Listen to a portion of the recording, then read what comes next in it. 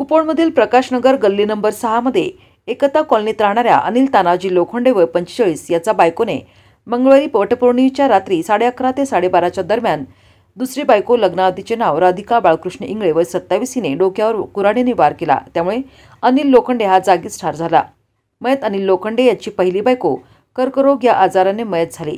मयत अनिल यांना 2 मुली, दोन्ही मुलींचे लग्न झाल्याने अनिल हा एकटाच घरी राहत होता। त्यामुळे पोटाचे हाल होत असल्याने अनिल याच्या नातेवाईकांनी सातारा जिल्ह्यातील खटाव तालुक्यातील वड्डी गावातील राधिका बाळकृष्ण इंगळे या 27 वर्षीय तरुणीसोबत लग्न लावून दिले।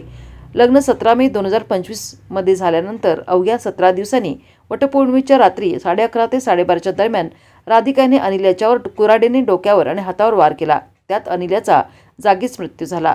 कुपवाड औद्योगिक वसाहत पोलिसांनी राधिका हिला ताब्यात घेतले आहे। गुन्ह्याचे नेमके कारण समजले नाही।